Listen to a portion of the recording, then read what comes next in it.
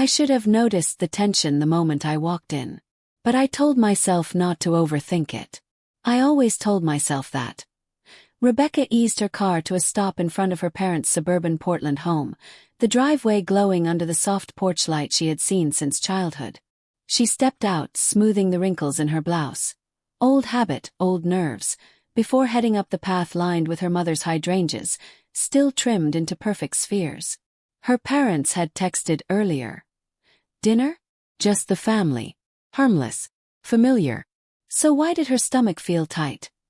The moment she opened the front door, the scents washed over her. Garlic simmering in butter, tomatoes roasting, and underneath it all, the sharp brightness of lemon cleaner. Her mother only cleaned this thoroughly when guests were coming or when she had something to prove. Candlelight flickered from the dining room, casting long, wavering shadows on the wall like they were trying to warn her. "Rebecca!" Evelyn's voice floated from the kitchen. Cheerful, too cheerful. Rebecca hung her coat, smoothing her hair. She could already hear Dylan and Leia's quiet snickering from the dining room. The twins always acted like her job in the city made her pretentious. As if living within 10 miles of their parents made them morally superior. She stepped into the dining room and felt the atmosphere tighten further. The table was set perfectly. Folded napkins, polished silverware, wine glasses filled just a little too high. Thomas, her father, sat stiffly at his usual seat, shoulders locked, smile glued on like he'd practiced it. Evelyn hovered beside her place at the head of the table. And the twins, Dylan leaning back with his arms crossed, Leia wearing a smirk she didn't bother hiding, looked like they were waiting for a show. Rebecca tried to ignore the familiar sting in her chest. She'd always been the responsible one, the one who stayed late at work, who sent money when her parents were just a little short, who covered Dylan's traffic fine and Leia's emergency rent, because you're doing so well in the city, honey. Years of support, always brushed aside, always expected. She forced a smile and took her seat. Something felt wrong. The candlelight trembled. The air felt stretched thin, like one wrong word would make everything snap. Her mother cleared her throat delicately, then reached, slowly, purposefully, for a folder placed beside her plate. Rebecca's pulse jumped and my heart thudded once, heavy. Whatever was coming, it wasn't dinner table small talk. The words landed so flatly, so casually, that for a second my mind refused to understand them. Evelyn folded her hands over the folder like she was announcing the dinner special at a restaurant, not detonating a bomb in the middle of her family. "We've finalized the will," she said, tone smooth, rehearsed, almost businesslike. "Everything will go to Dylan and Leia. The house, the lake cottage, our savings accounts. It just makes the most sense." Rebecca blinked. "I'm sorry, what?" Her mother continued, undisturbed. "You're doing well on your own, sweetheart. You always have. Your brother and sister are still finding their path. They need a safety net." Dylan's lips twitched into that familiar smirk, the one he used whenever he won something he didn't earn. "Yeah, Beck. You always land on your feet," Leia added, swirling her wine. "It's not like you've ever struggled. Plus, you're the independent one. You said so yourself." Rebecca looked at her father, searching for some sign of objection. But Thomas kept his eyes glued to the tablecloth, as if the pattern might swallow him whole. His silence stabbed deeper than anything the others said. Her mother flipped open the folder with a crisp snap. "It's a simple arrangement. The house will go to Dylan. The cottage will go to Leia. And the savings will be split between them." Rebecca felt heat rise in her chest. Not anger yet, but confusion, disbelief. "The cottage," she repeated quietly. "The one I spent 2 summers repairing after the storm damage. The one I paid $6,000 toward." Leia shrugged. "You wanted it fixed too. And the house," Rebecca continued, her voice tightening. "I helped with the mortgage 3 separate times when Dad's hours were cut." Thomas flinched. "Just slightly," Dylan scoffed. "You make it sound like you're some kind of martyr. Nobody forced you to help." Rebecca's breath stilled. "Right," she said slowly. "Like nobody forced me to cover Dylan's tuition when he changed majors for the 4th time. Or buy Leia that expensive camera when she said she couldn't build her brand without it." Leia rolled her eyes. It was an investment. In you, Rebecca snapped, then caught herself. She sat back, hands trembling under the table. Her mother gave a tight smile. This isn't personal. We're simply planning for the future. They need the support more. You'll be fine. For the first time in her life, Rebecca felt the room shift, not because she was bending to fit her family's expectations, but because she was refusing to. Okay, she said, voice calm, almost gentle. If that's how you see me, then don't expect a single cent from me either. Silence fell. Heavy. Absolute. They thought the will was the betrayal. They had no idea what they had just started. My thumb hovered over the first line. A deep breath creaked out of me. Then I tapped cancel. Rain hammered against the windshield as Rebecca drove home, Portland streetlights smearing into long gold streaks through the downpour. Her chest felt hollow, like something had been scooped out and left behind at that dinner table. By the time she reached her apartment, her fingers were numb from gripping the steering wheel too hard. Inside, everything felt wrong. The walls looked too pale, the air too still, the familiar furniture suddenly unfamiliar. Betrayal did that. It made even your safest places tilt sideways. She dropped her keys, sank onto the couch, and stared at nothing until her hands finally moved on their own. Her phone glowed in the dim room as she opened her banking app. There they were, rows and rows of recurring payments she'd justified for years. Mortgage support, utility top-ups, insurance add-ons, emergency transfers marked as temporary. All of it neatly categorized, neatly draining her. Her throat tightened. Cancel. Confirm. Cancel.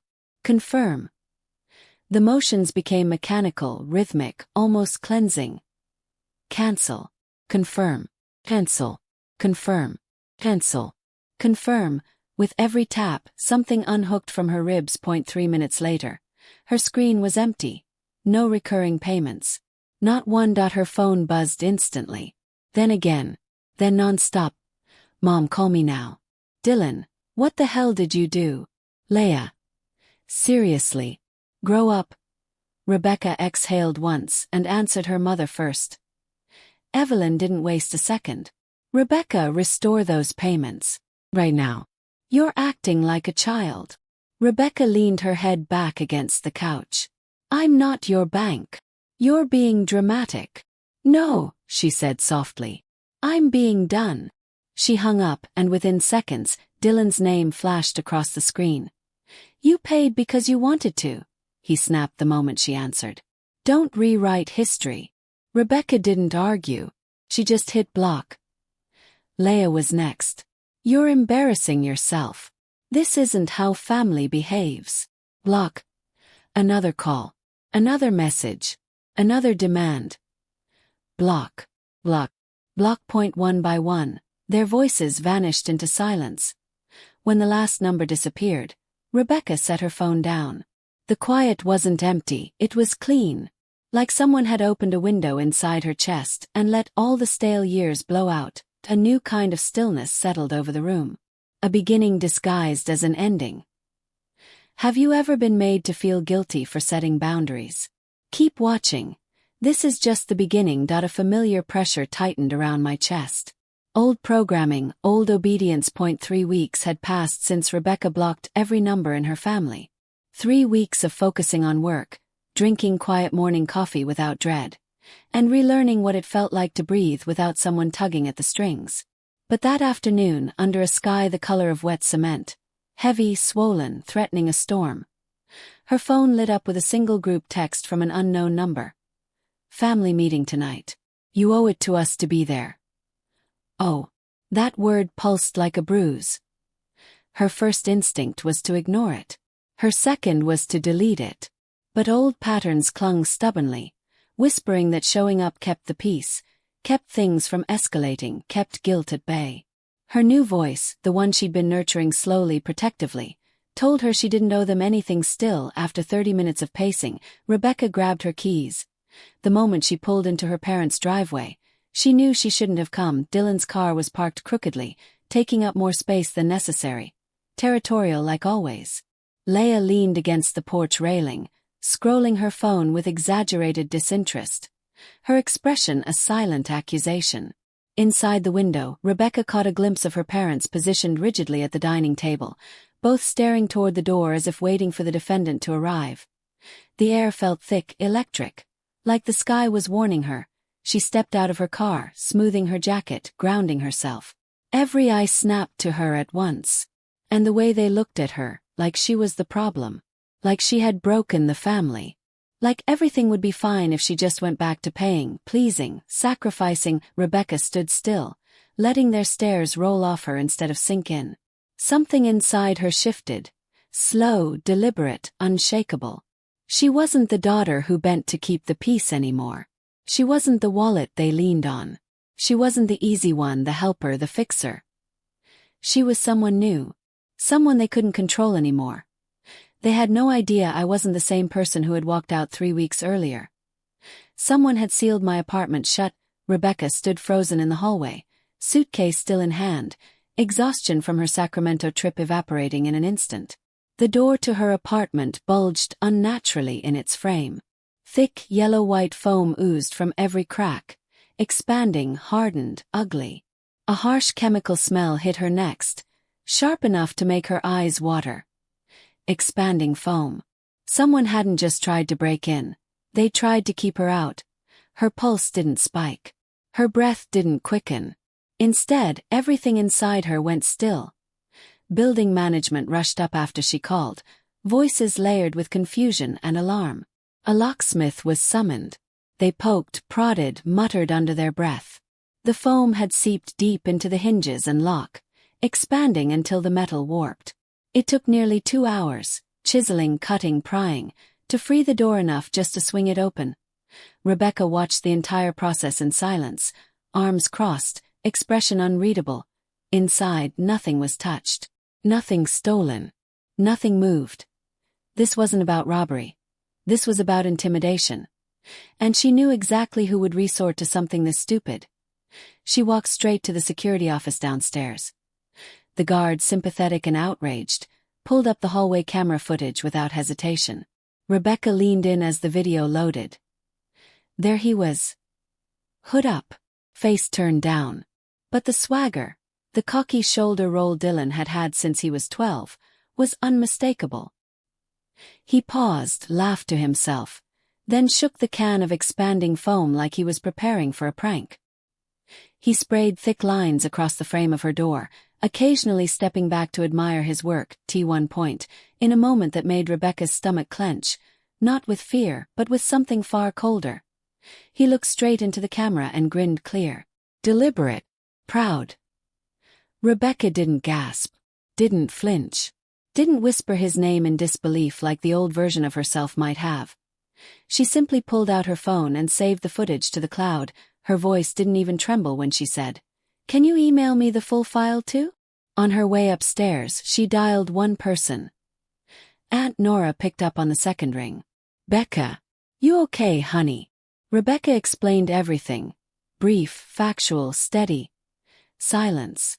Then a sharp inhale.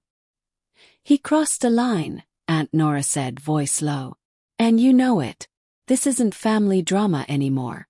This is criminal. You need to protect yourself." Rebecca stared at the warped door as the locksmith worked to patch it. "I know.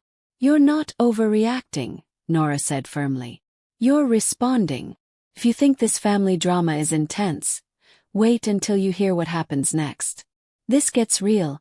Rebecca stood in the hallway long after Nora hung up, breathing in the faint chemical sting still lingering in the AI. No tears. No shaking. No panic. Just resolve. Steel hard and cold. She wasn't going to wait for the next escalation. She wasn't going to give them another inch. The next morning I filed a police report. Calm, clear, factual. The calls started that afternoon. My mother first, rage layered under a thin film of disbelief. "Rebecca, and what have you done?" Evelyn's voice cracked like a whip. "A police report. Against your own brother.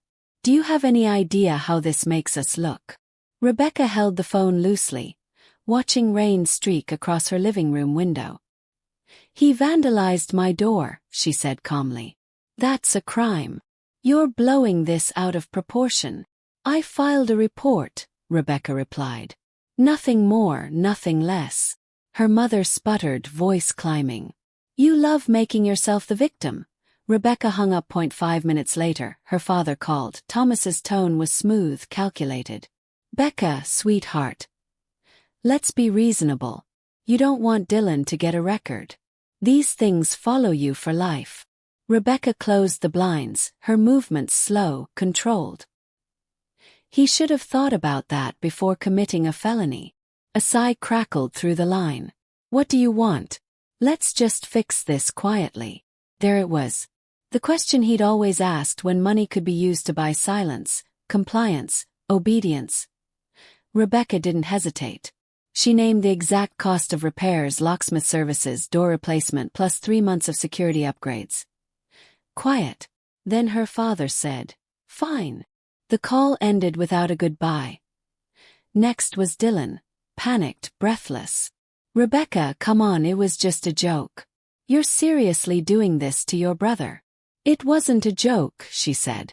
And you're not a child. Please, Beck. She blocked him mid-sentence. Leah called next, sniffing dramatically. I'm crying right now. Do you even care? You're tearing this family apart. Rebecca didn't even sit down. No, she said. I'm holding it accountable. Block. That night, the city hummed outside her window. Low, steady, indifferent. Rebecca slept without dreams. The next morning, her banking app showed a transfer exactly matching the amount she'd listed. The memo line read, Settlement, of course it did. Her phone rang again. Evelyn. Rebecca stepped onto her balcony, letting Portland's cold air hit her lungs like truth. Her mother didn't soften this time. She sharpened. You're destroying this family. Do you understand that? You're tearing it down piece by piece. Rebecca looked out at the gray skyline, the kind that always felt like possibility instead of gloom. No, she said quietly, firmly. I stopped letting this family destroy me. Silence. A long, stunned exhale. Then the line clicked dead. Rebecca set the phone aside, breathing in the cold air, steady and clear. She didn't need their approval. She didn't need their excuses. She didn't need their version of family. I stopped expecting anything from you a long time ago. How many times have you been told you're destroying the family for simply protecting yourself? Comment below to show my surprise. Silence didn't feel empty. It felt like space, and the weeks after Rebecca cut contact, life reshaped itself. Quietly, steadily, like a room airing out after years of being sealed shut. The absence of calls, demands, and crises didn't feel strange. It felt breathable. Aunt Nora became the only link to the family, offering gentle updates without pressure. Your dad's been scrambling, she said one afternoon. Turns out your help wasn't as optional as they pretended. And Dylan? Well, losing your financial safety net is forcing him to grow up real fast. Nora chuckled softly. Leia's furious she can't upgrade her camera. Says, content creation is a struggle. Rebecca didn't gloat. She didn't celebrate. She simply noted the irony. They used to call her the responsible one like it was a flaw. Meanwhile, her own life expanded. She slept, deeply. Waking rested felt foreign at first, like a luxury. She cooked real meals instead of grabbing whatever kept her moving. Her apartment seemed brighter, larger, as if the walls had shifted to make room for her. Work changed too. With her mind no longer occupied by emotional triage, she performed better than she had in years. Her manager called her in. We're considering you for a promotion, he said, sliding a folder across the table. You've stepped up. Rebecca walked out of the office lighter than air. And when the reimbursement money arrived, she didn't save it for emergencies she no longer created for other people. She booked a 2-week trip to Italy, something she denied herself for half a decade. Florence was golden. She stood on a balcony overlooking terracotta rooftops, a cup of cappuccino warming her palms. The sunset melted into shades of apricot and rose, and for the first time, she felt something inside her loosen, a knot she had carried so long she forgot it was there. You could have had this sooner, she whispered to herself. If you hadn't been drowning in everyone else's needs. It wasn't regret. It was recognition. When she returned to Portland, she joined a local hiking group, on impulse. That's where she met Alex. He didn't know her history. Didn't see her as an ATM or a problem to fix. He laughed easily, listened fully, asked about her favorite books and places she wanted to travel next. With Alex, she felt like a whole person, not a resource. The echoes of pain still came, late at night in the quiet moments when memory pressed too close. Healing wasn't linear. Shadows still stretched long sometimes. But they didn't control her anymore. They didn't shape her choices. They didn't define her future. She was free. And freedom wasn't loud. It was steady. If you've ever wondered what life looks like after cutting off toxic family, this is it. And it's better than you think. What surprised me most was this. I didn't miss them. Not really. What I missed, what I grieved, was the version of myself who believed love meant disappearing. The version who thought loyalty required self-erasure. The woman who stayed small so everyone else could feel big. That's who I mourned. Not my family. Not the chaos. Not the weight I used to carry like it was my birthright. Looking back now, I can see the truth clearly. I didn't walk away from a home. I walked away from a battlefield. And the silence that followed wasn't punishment. It was healing. Every morning when I lock my door before heading to work, I run my fingers along the new door frame. Smooth, clean, in touch. A boundary that actually holds. A reminder of everything I rebuilt myself from. No foam eating into the hinges. No sabotage waiting on the other side. No fear of what family might do next. Just a door. My door. One that only opens for people who respect the space inside. I used to be a weapon they turned against myself. Guilt, obligation, money, time. I thought being the strong one meant being the sacrificial one. Now I understand strength in a different way. In steadier hands. Clearer boundaries. The courage to say no without apology. The audacity to choose a life that doesn't drain me. And healing didn't come all at once. It came in layers.